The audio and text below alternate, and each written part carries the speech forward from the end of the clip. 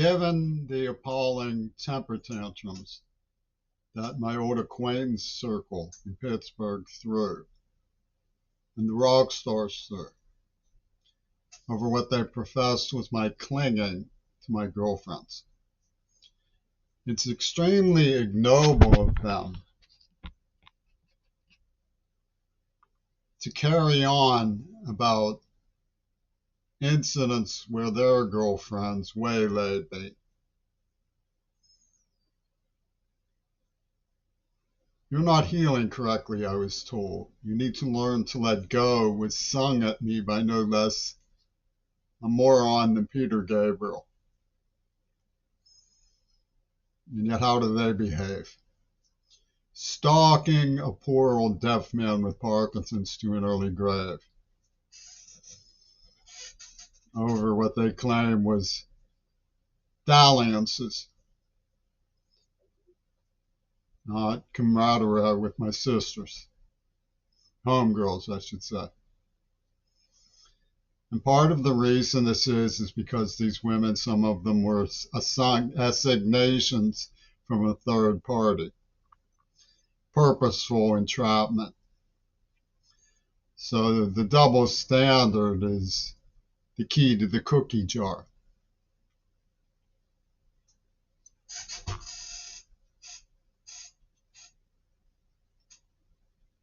I don't regret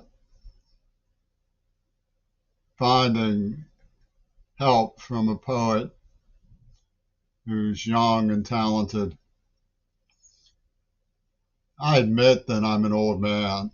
It's silliness to refer to her in passing as my girlfriend. Won't do to have an older man appearing as though he's trying to make up for the loss in his life by predatory behavior towards a gifted young girl. Won't do it all. Won't have that. But far from me to apologize for being moonstruck by talent of a very singular kind.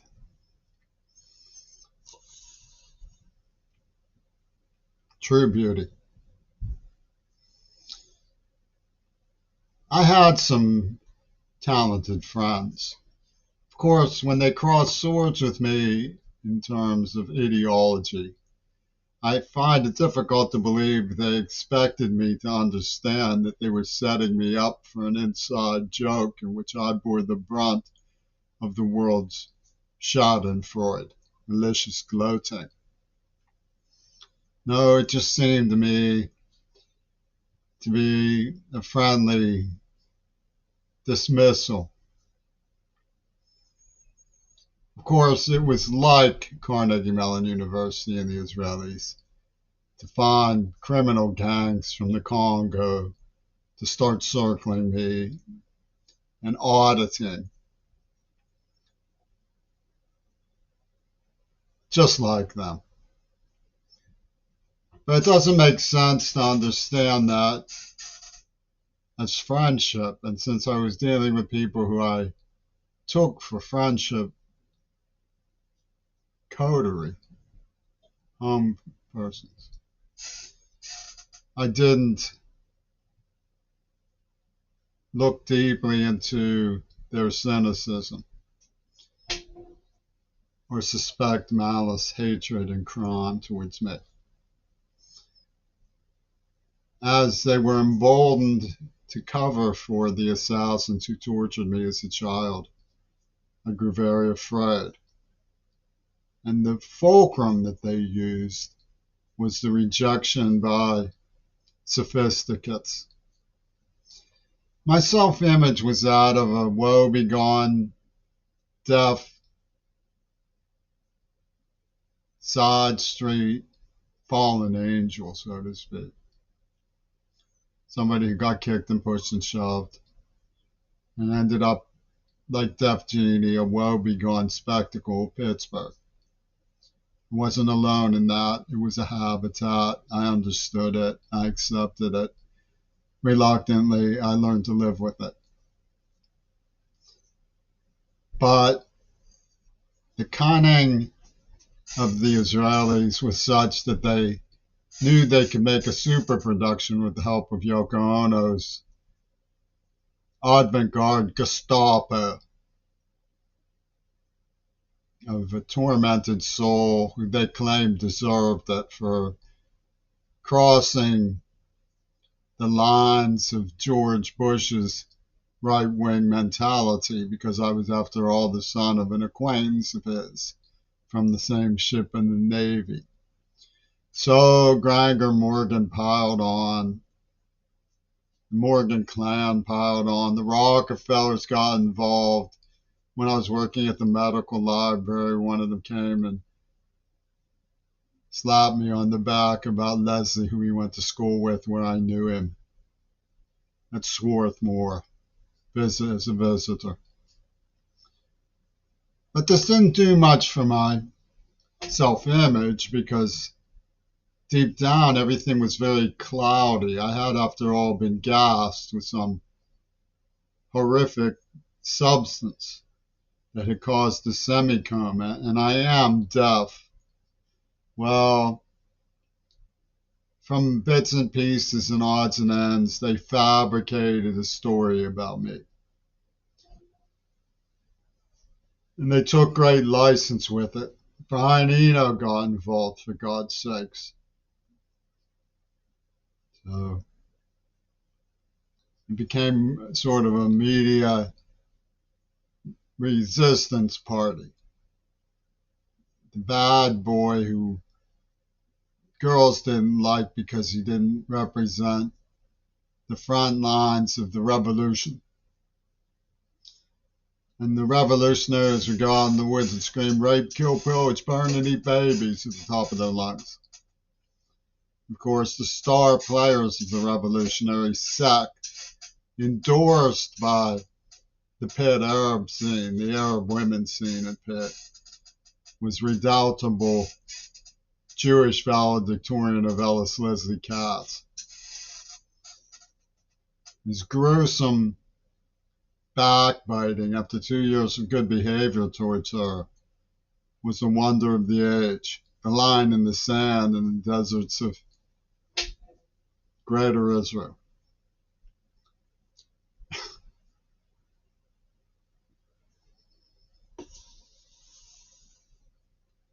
And the mafia of the podcast scene can't get enough of it.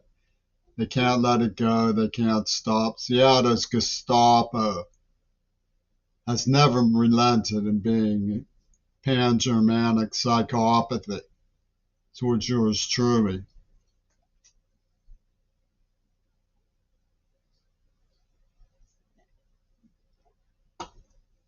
Not that it will stop them. They have no shame. You can't shame the British in podcasts. They think they've outmaneuvered their shame by actually feeling some about Gaza.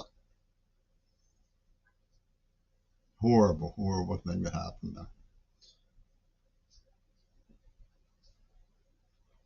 But the appalling parochialism of the Arab world that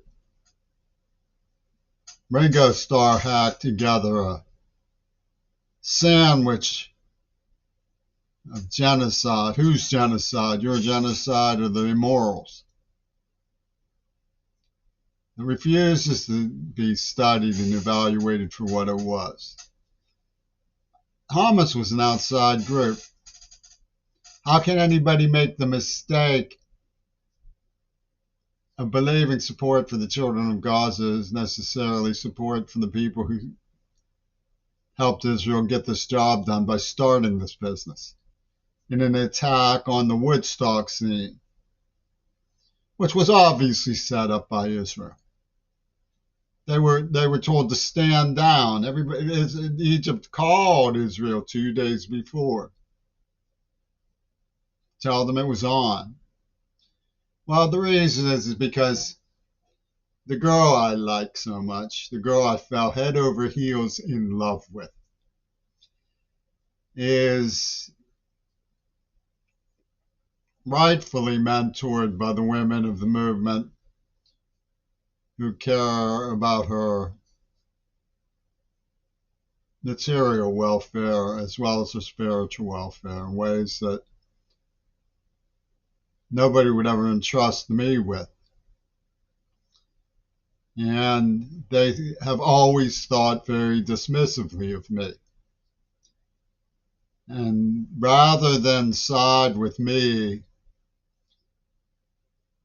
they sided with their own killers. And that's what sandbaggers like the British podcast circle have to brag and show for their talent in intervening in a traumatic, extreme situation. They understood deafness so well that they piled on with Israeli slanders. They understood trauma so well that they detonated a neuroplasm that had been planted by an Attica State Prison psychiatrist in a dunderheaded little boy who was their puppet made of clay. They understood loyalty so well that they used King Crimson to frame a tormented, frightened child who was kidnapped and gassed in a freezing cold day for a date rape that they claimed was proved by the girl who denied being raped's virginity.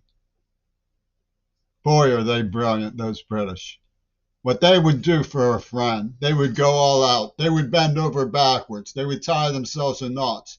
They would bear any burden for a friend.